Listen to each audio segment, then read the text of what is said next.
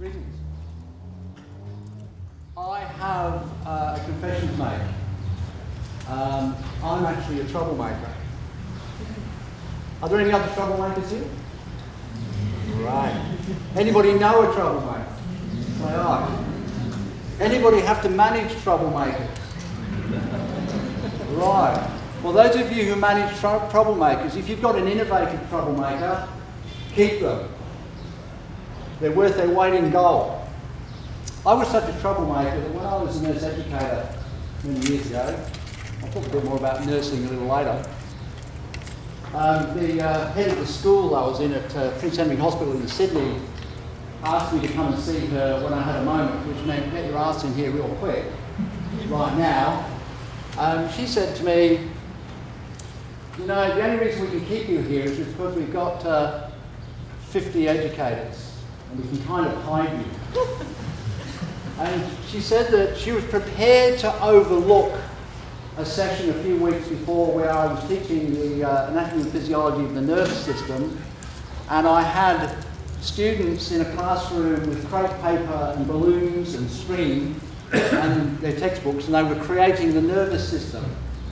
And they were standing on tables, and they had, you know, balloons that were kidneys, and they had things and bits coming off the nervous system, and there was 30 of them creating absolute havoc and having an absolute great time and learning about the nervous system. Somebody complained about the noise, so she was prepared to forgive that. She was also prepared to forgive me for climbing in through the window of a classroom on a ladder when I was teaching a subject on a topic on schizophrenia, to just demonstrate different behaviour. But the gardeners had complained because I'd taken their ladder and I didn't put it back, which is pretty well typical of me. But she wasn't prepared to forgive me for the previous week where I had, I don't know if you're familiar with what's called a bowel washout, but they don't have them these days. They give you that horrible stuff that you drink if you're going to have a sigmoidoscopy. But in the good old days, we're talking 1978 here,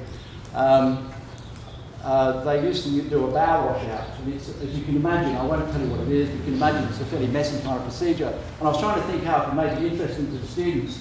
So I wore flippers, goggles and a wetsuit and walked in to do this. And I have it on good report that some of the students of that have never forgotten it. So I'm a troublemaker, and I'm going to create some trouble today, I hope, by talking about Heutagogy. I mean, Heutagogy is the topic, but really the subject is education or learning in the 21st century. And I'll start the first bit of trouble by just mentioning that it's interesting always to see learning and teaching in the same sentence, because they really don't bear any resemblance to each other at all. And hopefully that'll make a bit more sense as we kind of move on. I've set up a Twitter. How many people here use Twitter? How many people use Twitter? Wow.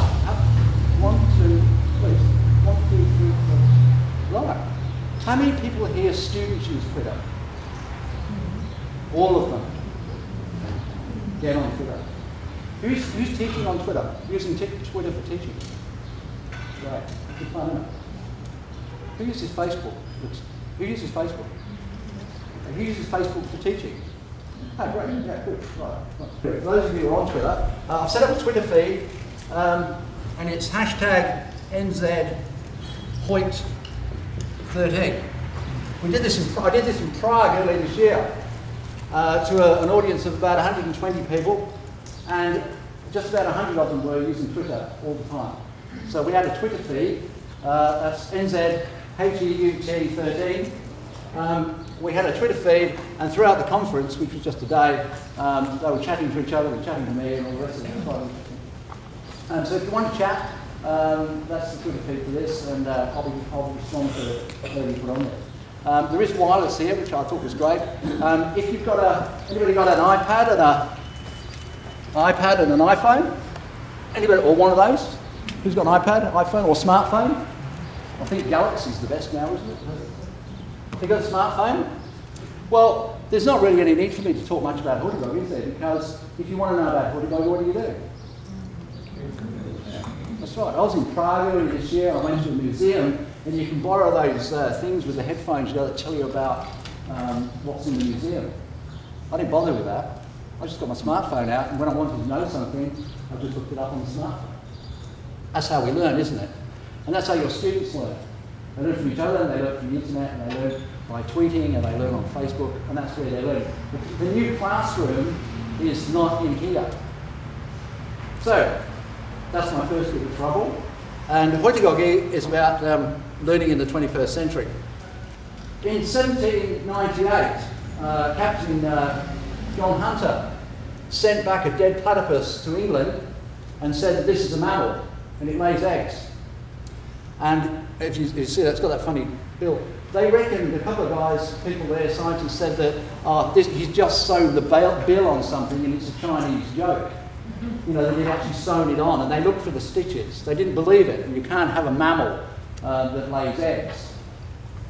Humans are really good at getting into mental models. Some of you would have read about Sengi's book, about mental models. We get into habits, we have habitual ways of thinking.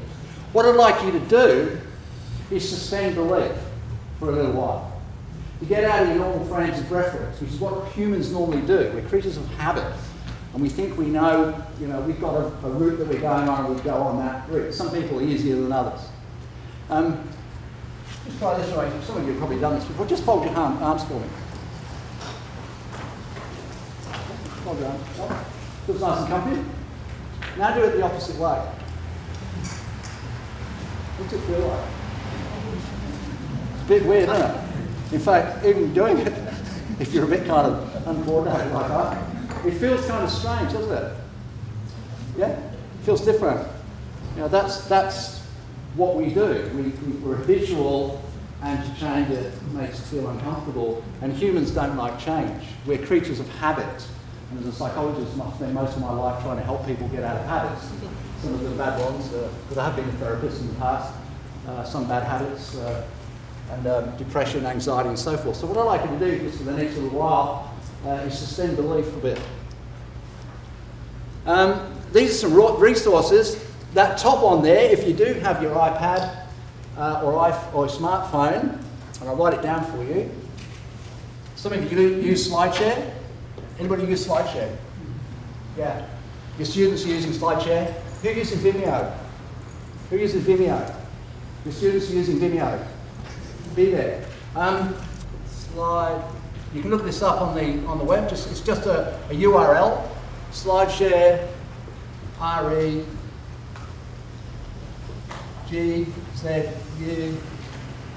MKT. Is that right? Yeah. MKT. So if you want to, you can actually just go through, follow me on the slides as I go through them. You'll be happy to know that we're not just going to have a slideshow, you are going to do some work, but I do need to kind of set the scene first. So if you want to, you can just follow. If you just put my name in and put SlideShare and Heutagogy, you'll find it anyway. Okay, so there's some resources. You can get the slides off SlideShare, and you can see, use it for reference later. Or you can just Google Heutagogy and it'll come up. So you can learn all about Heutagogy. And unlike a lecturer recently, I'm not sure if this is apocryphal or not, but apparently he told his students, put those iPads away, put the smartphones away and listen to me. Unlike that, don't listen to me. Use your iPad, iPhone, whatever if you've got questions. And if you come to the workshop this afternoon, we'll do a demonstration of what Heutagogy is. And that's the book, which came out last Thursday. That's the book. I wouldn't bother buying it right now. It's about £68, which is released in the UK. It's very expensive, but it will come out in a soft copy shortly. And I believe that the movie will be happening next year. That's the next book. We came out with this concept in the year 2000, and it's kind of taken off a little bit, and we've ended up with this book. There are numerous articles that both my colleague Chris and I have written. So if you want to look up Heutagogy, there's tons of stuff there, and other people too. Okay, let me ask you a Heutagogical question. And what I'd like to do is just talk to somebody next to you. If you don't have somebody next to you, then you're probably going to get another deodorant. But if you talk to somebody next to you or behind you, it doesn't matter, and just have a quick conversation. Why are you here? Why did you come to this setting? I mean, there's no opportunity to find out. Why did you go and have a cup of coffee? Why are you here? Quick 30 seconds, why are you here?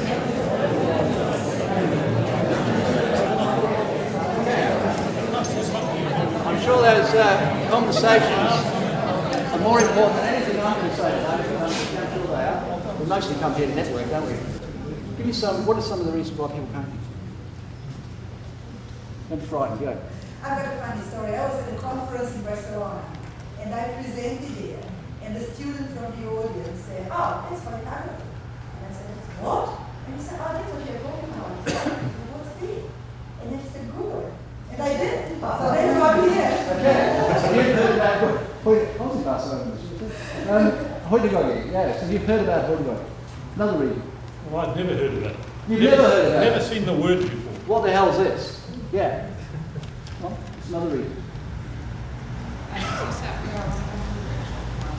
Sorry? Suss out whether I want to come to To a workshop. work out if I want to come to a workshop. So do I want to follow up on this and find more about it? I gave one of your papers to my students as a reading, so I thought I didn't want to find out what it's all about. Okay. So you gave one of my papers to students. Did they understand it? I think so, but they're more familiar with Heutagogy and Heutagogy. Well, that's amazing. There's another understanding. So you've seen some before. Another reason. Yeah. Stewart. Good, Stewart. How are you? Long time no see. I used to teach in a program that followed capability learning, which is a John Stevenson idea. I know you've got some thoughts about that. So this sounds like it rings true. Yeah. Okay. Well, when we've written about Heutagogy capability, it always comes up, because as you know, John and I always put together capability. So there's something related to that. How many people came here because, well, it's the first session and really, yeah, you know, let's get real here. Yeah, it's the first session, I want. How many people here are not here for any particular reason? Yeah, right. Just sort of turned up. All right. When you get, and it's interesting, we've got this kind of configuration, but you know, when you run a class, or when you've got a bunch of students, whether they're online or whether they're in a classroom like this, or whether or not they're in discussion groups or wherever they are, you know what? They're there for a whole raft of different reasons too. And I'm guessing that if we interrogated, that's probably the wrong word, isn't it? But if we talk to all the different people, you know, about why in this room, why you came here, and we had a one-on-one session, you know, you'd all have different motives and motivations, and you'd be asking different questions, and you all come from different perspectives. And that is at the heart of Heutagogy, is the sense that people learn at different rates. They're asking different questions, and every time they learn something, the questions in their brains change. And I would put it to you, and I'm going to be a troublemaker again, that's what's wrong with standard curricula. Because they're rigid. And academic bores, I'm sorry, are rigid. We need to start thinking about curricula that are flexible to meet the needs of people who learn in different ways. And what I'd like to take you on very briefly, and I'm asking you to work with it, is a little bit of a journey about the recent neuroscientific evidence that looks at how the brain works. And I have to tell you, my understanding, that most educational theory, current educational practice and theory, is based on very old models, and it doesn't take into consideration what we know now about how the human brain works. As you know, obviously I'm from Australia, and that's near where I live. It's a little place called Iluka. It's a little fishing village of about 2,000 people. There's a relevance to this in a moment. But I'm not Australian. As you can see from that picture, I obviously support the Lions because there's Connor trying to tackle one of the British Lions. I'm actually English, so I'm proud of it, and I'll show you that so that I can show you even more proud of it. They're beating the hell out. Mind you, everybody's beating the Wallabies now, so it probably doesn't mean very much, does it?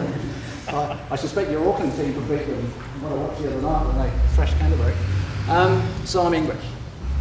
And that's a picture near where I live when I was out fishing. We'll come back to that in a moment. I started off life as a nurse, and this was me in one of the classrooms that I was sitting in, because that's what they looked like. And I looked kind of cute in that kind of outfit. And that's now extended that, you know, every Saturday night I get dressed up in drag, and I figured that something happened. But that was the kind of classroom when I was a nurse. One of the things that happened was that nursing and I worked out eventually that we were incompatible. Nursing knew that long before I did. In 1975 I realised that I was sending in a casualty unit in Royal Perth Hospital, and I thought, I don't want to do this anymore. Somebody was come in and looking really bad, and I thought, and they died, and I thought, I don't want to do this anymore. So we were incompatible and I got out. But that's how we used to learn. Does anybody remember the 70s? Yeah, if you weren't drugged up, you probably did. The 70s, yeah, that's where we learned, wasn't it? That's where we got our information from, or we got it from the person at the back there with the other funny looking hat on, or the lecturer, or we got it from the library, or we got it from talking to other students. I don't know about you, but I learned more from my colleagues than I did from anybody else. And I have some bad news for you, so do your students. They learn from each other more than they learn from us as teachers. And that school system was derived from that one, which provided fodder for the factories. It's a 19th century concept, these classrooms, providing people for the mills. And this is now. I'll just take you back. That's then, that's now. And what we're providing, and if you're doing online learning, it often looks like that too. It's just a different space. A lot of online learning that I look at is just didactic teaching, but it's online. I still know people, I've talked to people who put PowerPoint presentations on online learning, but somehow that's transmitting from what happens to the lecture theatre to there, and it's going to be kind of useful. And it's producing these people. I'm just wondering if we've come very far. You know, in a very, very short time.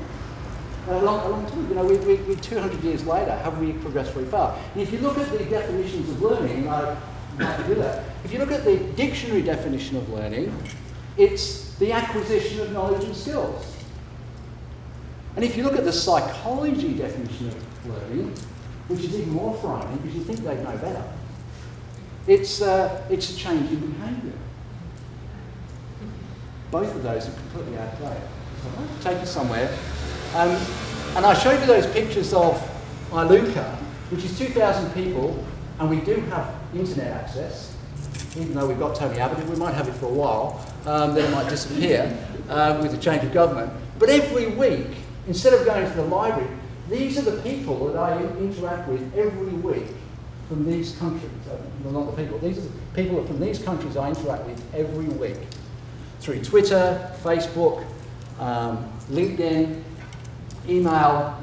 I talk to people, and that's where I get my information. I get most of my learning now on Twitter. You've got to choose your tribe on Twitter. My tribe are all educationists. And that's the tribe. They come from all those countries. I go to the library anymore. And those are the things we use: YouTube, Facebook, LinkedIn. You recognise that? And they're all the internet resources that we use. Now then, just have a read of that.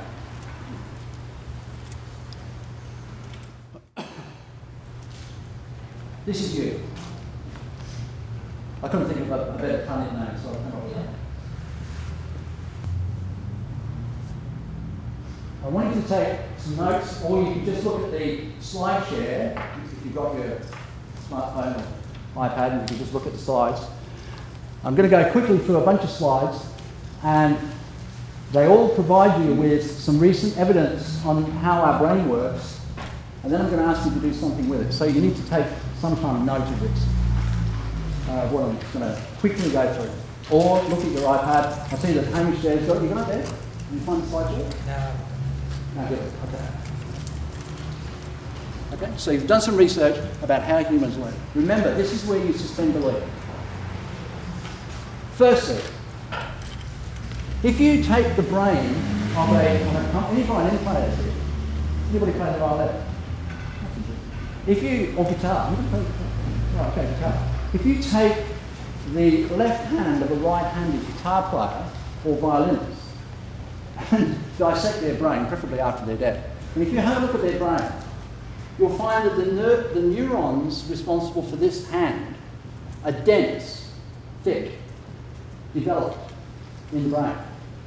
For this hand that has the bow or does the picking, less so. Perhaps more so in guitar because you're actually picking with the right hand. But for a violinist, less so. When we focus on stuff, it develops specific areas of the brain. How many people here have got, tell me some of your hobbies. Who's got some hobbies? What do you do? Not fishing. Swimming. Sorry? Swimming. Ukulele. Ukulele. Right, ukulele. Good fun, aren't they? What else? Pardon? Cycling. Cycling. Sailing. You know the hobbies? Art. Right. Botanical art, sorry. Yes, botanical art. If we dissected each of those brains, we would find that different areas of the brain are developed differently. And yet when we teach, we often treat people in the same way. Brains are sensitive to the culture and environment. So brains will develop differently depending on the exposure that they have. Yeah, that makes sense. You kind of know that. You know the stuff about that if you've got somebody who comes from an impoverished environment, they're less likely to be efficient readers than people who come from an environment where they have a lot of access to books and so forth. Memory is fragile unless strengthened. Memory is incredibly fragile. It's not as simple as information in and it will kind of stay there. Very fragile. It needs to be strengthened actively. Just because you tell something to somebody once or they read it once, you don't remember it. And by the way, those of you who are younger, it gets worse when you get my age. When you get past 60, it starts to... The 8-minute rule. We have the attention span slightly larger than a gnat. I used to use a bit of hypnosis in psychotherapy. And one of the great things about hypnosis is you can bore people into a trance. And seriously, that's how you do it. You bore people into a trance. And I hate to think of all the time I've done that to, I'm doing that to you now. So the 8-minute rule is that's about as long as you should speak without getting the students to actually do something, or the learners. Has anyone read Daniel Kahneman's book, Fast Thinking, Slow Thinking? Something else? Thoroughly recommended. You want to know how the brain works, and it's research-based. It's a damn good read, it's easy to read. Daniel Kahneman, I'll give it to you later if you like. System 1 thinking is, you know the automatic stuff?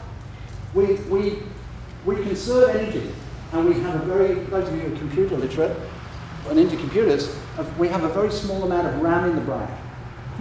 And we have a very short iconic memory, and our short-term memory is even smaller, and then we've got our long-term memory, which is fragile. So we operate on system 1, which is we make assumptions about the world. We take gestalts from our environment. We make assumptions about it. You know how you make assumptions about people? You make assumptions about me as soon as I got up and started talking. And I make assumptions about you. We do it because it short circuits and it saves a lot of energy. The problem is, it's unreliable. Slow thinking or system 2 thinking is when you have to solve a problem. You have to do something with it. You have to think of it.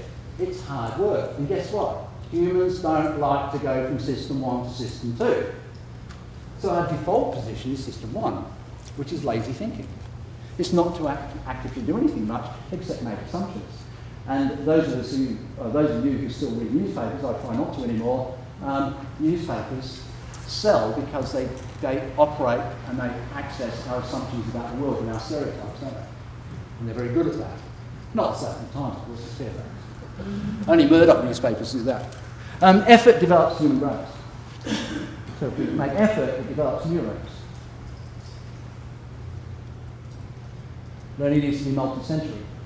We know that if you're using lots of senses, you're more likely to remember it, you're more likely to be able to use it, to access some different senses. Anybody had children? I'm going to make trouble again. Kids are really brilliant learners until they go to school. And if you'd like to learn more about that, watch some of the TED videos by Ken Robinson. Some of you seen Ken, yeah? Amazing speaker, eh? Oh. But watch some TED videos by Ken Robinson. He talks about how kids are curious and how in schools we beat it out of them. We're naturally curious and we want to explore. And that's true for adults too, and they can relearn how to do it. Emotions and learning are inextricably linked. We know that. They've recently done some experiments where they can now do PET scans of the brain and can actually watch the brain working while people are doing things. And what they've done is to give people problems to solve, and then they watch what's happening in the brain. And when people are making decisions, the emotional areas of the brain light up first, and then the cognitive areas light up afterwards. That means that we probably are making decisions largely based on emotion, and then rationalise it afterwards. It's a really interesting kind of piece of research and worth looking at. So emotions are learning. So if you want people to learn, link it to an emotion. Humans are motivated to resolve incongruity. How many of us here, all of us have done it, haven't we? Oh, I need to know about that. and it's incongruous, and you've got to find out. So we like incongruity. I have never had a problem with leaving patients, students, people that I work with in consulting areas and organisations. I never have a problem having them leave a room with a big frown on their face. I think that's great. Because you know what we're going to do? We're going to work it out. And some of you read George's book, I'm sure, George's book on brain plasticity. In fact, the brain's malleable. It changes, even when you get to my advanced stage, in your 60s, that your brain can still learn, it can still change, it's very malleable, it can develop, and even people with brain damage, they can come back and do quite amazing things. State-dependent learning, that is, if we learn things, like the way you're working at the moment, if we were to rely on this as our learning experience, and you're writing stuff down, to repeat that, we're probably going to need to put you in the same state we're in now. Now it's really interesting when it comes to skills, because we're getting people to do skill stuff, but we don't teach them in a skill environment. And I'll come back to that a bit later, if we get time. And of course, the first 30 seconds are really important. It's that initial impact, and that's because of the slow learning, system one thinking. So the first 30 seconds are important. Repetition, you know that. Repetition is critical for memory. Small chunks. Small chunks and a low number of concepts. Years to develop reliable memory. Then you get too old to remember them. Down, where are my keys? If only they'd stay still. My keys have got feet on them. This is one of my favourites, and really is the centrepiece of Heutagogy. And I'll cover it more in the workshop tomorrow, but this afternoon. That is that, you know, people learn when they're ready, not when teachers think they are. I don't know about you, but I've even now, I've had an experience and I've gone, oh yeah, is that what they meant? Who done that? Is that what Mr. Cook meant? Oh yeah, or whoever it was. They give him some information, some knowledge and skills, but it wasn't real learning. And in Heutagogy, we differentiate, or I've differentiated. Chris Kenyon, my co-author's not quite convinced, but I think there's a difference, and I've redefined learning. I think there's a difference between knowledge and skills, which are competencies, and real learning. I think there's a difference. And the difference is that aha moment when you put it all together. And then with real learning, you start making connections in the brain that weren't there before. And that's why the questions are different that students have. And that's why we need flexible curriculum. Come back to that. I can't decide if I've spelt that wrong or not. Does anybody know? We learn best by immersion. I have a feeling it should be EM. But anyway, whatever, you know what I mean. We get immersed in it. So we learn best by immersion. Dunking. Yeah, good dunking. Okay, and lastly, this is what I said about knowledge and skills. And Stewart, you'll recognise this perhaps from John Stevenson. I've stolen it directly from him, but he talked about capability. I thought, it's a great analogy. And there's that ingredients are to pudding, as knowledge and skills are to learning. You know, I like to cook, and I can get a whole lot of stuff to make an apple crumble, because my grandmother made the most amazing apple crumble. So I get all the ingredients together. And there's the ingredients, that's the knowledge and skills. But you know what? It never, ever turns out like this. I've got Jamie Oliver recipes. I follow it assiduously. You know what? It never quite looks the same. The pudding's never quite the same as the ingredients. So knowledge and skills are to learning. Learning is, I think, something quite different from the ingredients and knowledge and skills. And knowledge and skill acquisition, of course, is very, very simple. It's the other bit that's hard. And that's the steal from capability of John Stewart. So, this is now overview. Let's have a Heutagogical moment. I've spoken much too long. I've gone out of my own paradigm. So given what you've discovered, what I'd like you to do is, we've got these tables here so you can kind of talk to each other, which I think would be really valuable. So just in a moment, you can form yourself into groups. And what I'd like the groups to do, and somebody could be a note taker, because I'm going to ask you for some help. Given what you've just discovered, remember you're from Alpha, whatever it was, 9732. You're from outer space. You've just done this research. Suspend belief. Somebody sent you a platypus. This is the latest neuroscientific evidence about how the brain works. So now you're from that planet, you know how the brain works. What would you do now? You're good at, I don't want to know about physics.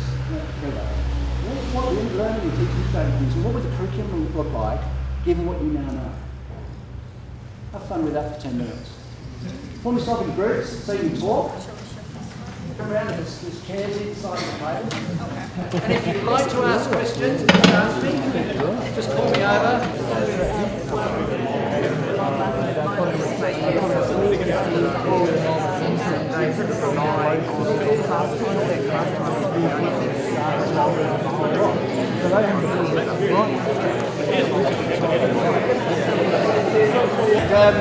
Just incidentally, I've had about a few tweets, and I've just been responding to them with some really interesting questions about Heutagogy.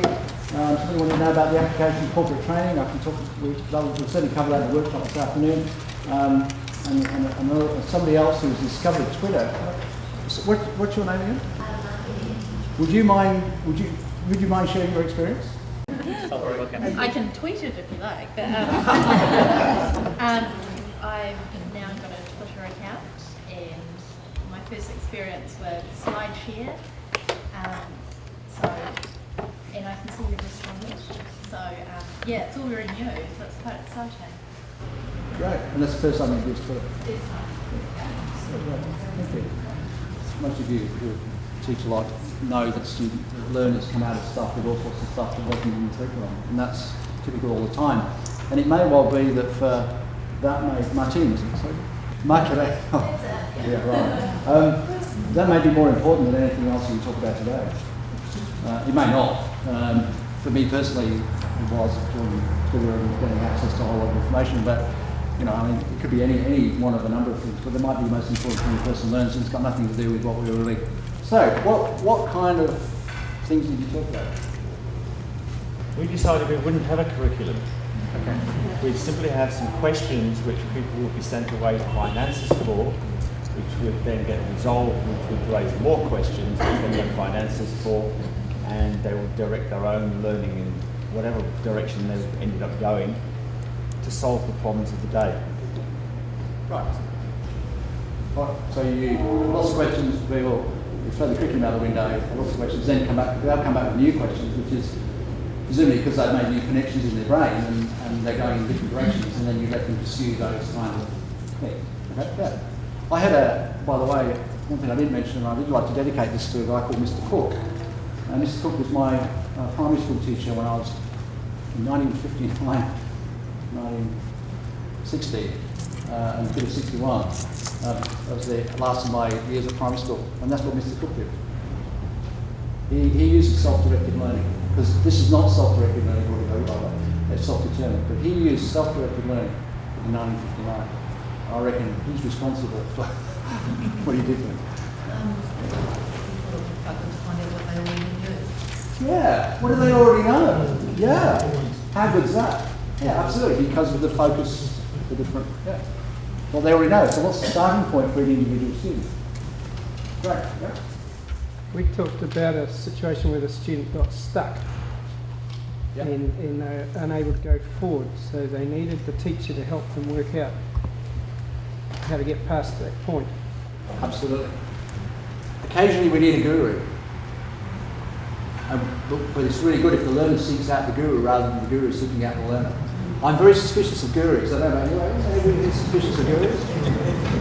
Yeah, I'm very suspicious, and I'm trying to almost doing that now. You're very suspicious of gurus. It's much better when it's the other way around. Yeah. And I wonder whether or not that could define the way we should teach and how people learn. Yeah, students and stuff. So you know that, and I'll give an example of a corporate training exercise I did and how we got around that. What else would you do? Yeah.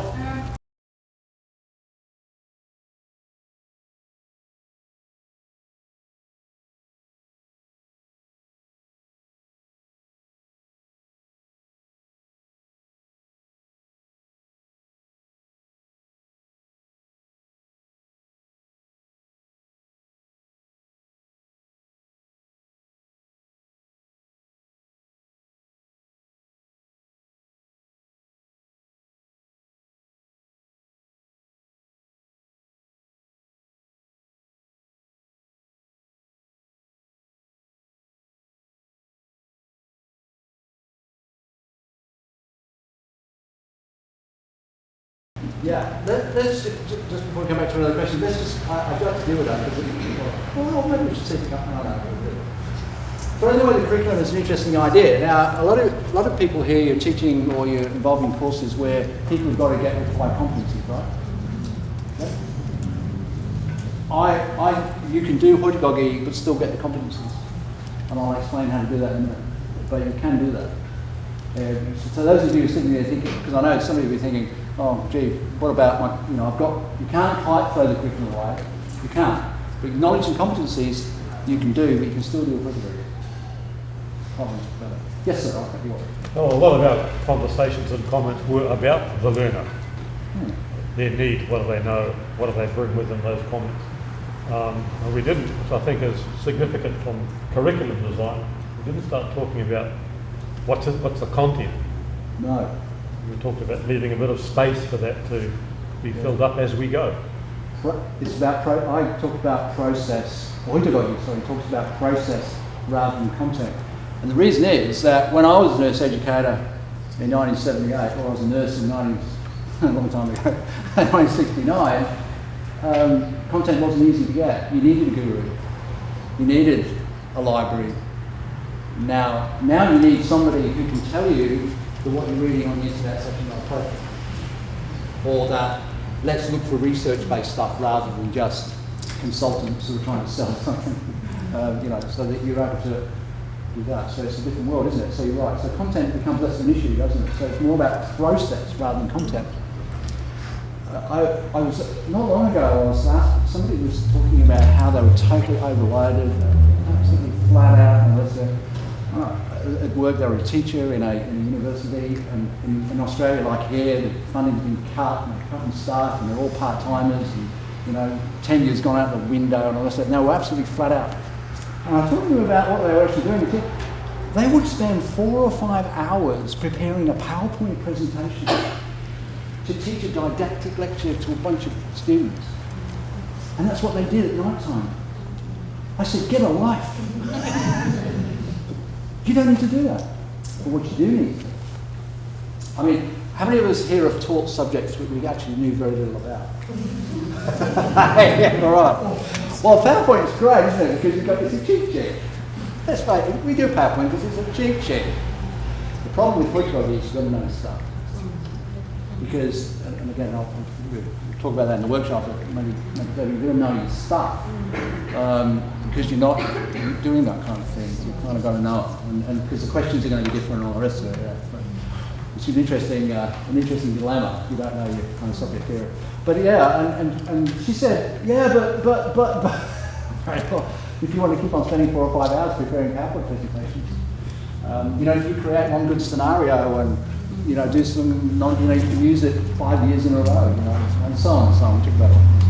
Constructivism, I mean, it's been around for a long time. What else can we talk about? Yeah, Joey. Well, one of the things we were talking about was telling stories, so engaging with emotions and emotional learning through storytelling. Storytelling. Absolutely. Any therapists here? Any people done therapy or counselling? You tell stories, maybe? Therapy metaphors, yeah? There's the most powerful way to change behaviour. When I was a therapist, I used to tell stories, metaphors all the time. I used to read children's books to try to get ideas for stories. Some of my stories were lies. Some of the ones I'm telling you today are not quite true, but most of them are true. But metaphors and stories are very powerful ways to get people to change their behaviour, because when we tell people something they don't necessarily want to hear, or they're kind of fighting with in their brain, they'll reject it immediately, don't we? We just do that. That's what humans do. And then we dig a trench, because when we argue against it, if you provide a story that's got a kind of a meaning in it, they can choose to take that meaning or not. And they're and nearly always they can be attached to emotions, which is a very powerful way of learning. So yeah, stories and metaphors, lots of stories. And I'm sure a lot of you have had teachers, and one of the reasons why they're inspirational, Tim Chappell, what did he do? Just tell the story. Yeah, he just tells that story. And it just blows you away because it's funny and it's emotional. It's deep. There was a lot of deep stuff in it. What else can you talk about? Yeah. Well, engaging the whole learner, mind, body, spirit, taking them to field trips, doing body stuff, moving. Like I can hardly sit for 2 hours. My students need to sit from 9 till 3 sometimes. That's right. And just doing, peripatetic learning, Yeah. sitting under the tree, and that's where they usually remember. Yeah, making it multisensory. And it could be linked to state-dependent memory as well. Yep, that's state-dependent learning. So if you want people to do stuff, get them to actually do it. Getting them to be active and using different I have a techniques. question for you. Yeah. The picture that you showed in the library was really interesting to me. Yeah. Because do you think, because I went through that at the university, the same, it was all familiar to me, and it was actually quite hard work for us to find information that we needed for our research projects, and they take a while to get to the right book for our thesis. And now as students, it's so quick and easy. So I'm just wondering, do you think we've made the brain a bit lazy as well? And that's a question, that it's just too easy, and well, because they can Google it just straight away. So I think it's really important that we get them to question what they're learning a lot. We've always questioned our learning. Yep. We've had to compare and evaluate different authors. That's how we did it. Yep. That to me must be really important, but it's about what questions do they ask. So taking the student to the end point is quite useful. That story can play that part. So here you are, and I'm thinking of medicine actually, because you come from medical background, because you think you take away the curriculum for a heart surgeon or for a physiotherapist, it's actually a bit difficult. But you put yourself, if you can project the learner, get the learner, so you tell a story so the learner is projected into that position of dealing with a stroke patient perhaps. What would you need to know to be able to be confident and competent, and so they retract backwards and come up with the questions so that they start to own learning. And that would, I think, that's effective, because they have to, you find out how much they already know, you find out where they're coming from and what level they're already at. And then they can maybe adapt the way, how are you going to find that out next, how are you going to answer those questions? So that's where they can go to wherever they want to go in terms of technology, or do they want to go on a field trip, or they want to use Google again, I mean, I don't know, but that's... You don't throw away the curriculum, and that's the whole point. The point I would make about that is that the acquisition of knowledge and skills is actually quite easy these days, I agree with you. And that can be over here. With real learning, it's more difficult. And I would just, another little challenge would be that we probably don't get much further above there in most of our classrooms, wherever we are, around about applying. And this stuff happens when you go to work. Did for me. I didn't learn much at psychology school. I learned to become a psychologist when I was out there doing it. And this all kind of happened there. In universities, one of the things that we do really well, I don't know about over here in polytechnics, but in Australian universities, we're really good at teaching students to write essays. I even know teachers who will send students work back because they don't get the referencing right. And I have to tell you that I know it's a really important skill to live through life and to get a job, referencing, but I suspect that about 0.1% of the population of academics ever use it again. And yet, so we never get past here, we don't get into this kind of area. So your question's a great one, because maybe because this is more easily done, we can spend more time in this area, and that's the world we live in, because it's so fast. I mean, like learning Twitter, I mean, or it's so fast paced, and being able to do stuff and access technology is just not a simple kind of thing. So you don't throw the curriculum away. It's not the baby in the bathwater, but maybe we do it in a different kind of way. I'll just be given the 2-minute note, so I'm going to wind up. I just want to wind up with a little kind of example. And those of you who have still got questions, we've got Twitter. It's a workshop. If some of you want to come to that this afternoon, or just grab me. I'll be here for the 3 days, except for Thursday afternoon. I'll be here if you want to have a talk that's fine. But you can just get on the internet and learn about it. And you can email me. My email. I'll give you my email address quite freely. You can find me on. Anyway, happy to talk if you want to email. However you want to talk, I'm happy to do that. So please feel free. And there are other people who are using Heutagogy too. So thanks for your input. Just to give you this little example. I was giving a talk to some educators who were in the Rural Fire Service in New South Wales, and there are 70,000 volunteer fire people in New South Wales for obvious reasons, and there's about a small coterie of people who train them, and I had about 140 of them.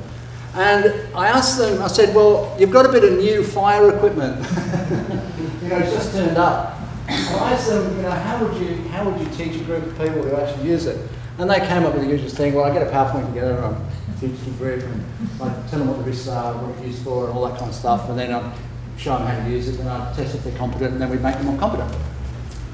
Anybody using a Heutagogy approach, anybody want to tell us how using Heutagogy you teach somebody to actually drive that? Give them the keys. Give them the keys. Take them for a Give ride. them the keys. What you do, sorry? Take them for a ride and put a fire out. Take it for a ride, put a fire out. You put the manual on the seat, you're right, and you give them the keys, you put the manual on the seat, you stand around and you make sure they don't kill each other and that they don't damage it, and you act as a resource. But you give them the manual.